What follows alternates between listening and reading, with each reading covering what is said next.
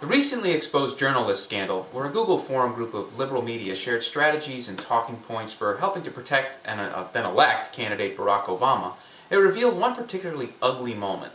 And that was when Spencer Ackerman, who was then at the Washington Independent and is now at Wired magazine, said that to distract attention from some unpleasant facts, the press should take one of them, any conservative Obama critic is what he meant, Fred Barnes, Karl Rove, who cares, and call them racists.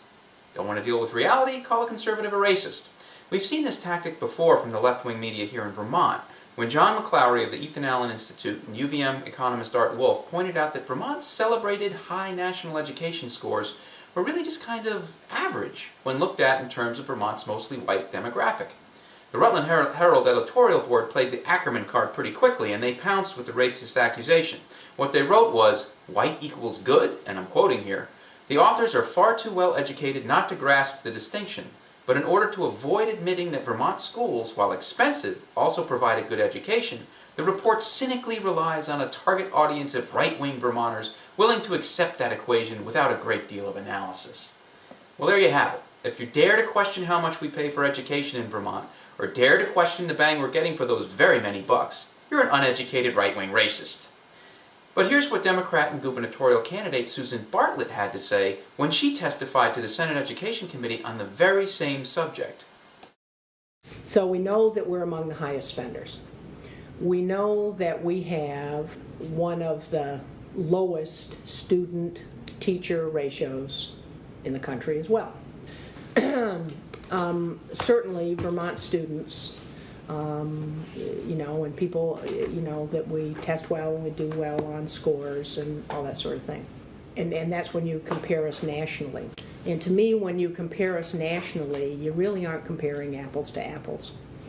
Because when you compare nationally, let's just go to New York State and look at some of their urban areas and the terrible poverty that those areas have. So the horrible results that those students have in school. So consequently, what that does to the results of the entire state of New York. But I think it's a more legitimate comparison to compare Vermont students to suburbs, because suburbs have plenty of problems as well.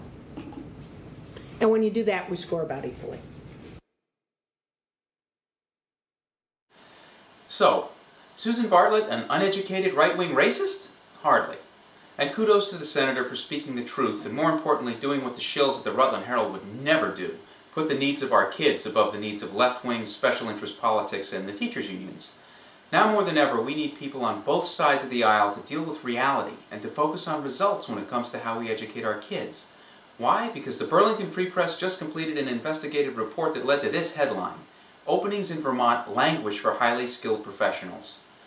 We can talk about this score and that score all we want, but if Vermont kids aren't qualified for the best jobs the new economy has to offer, our education system, as it is failing. And we need to do something different.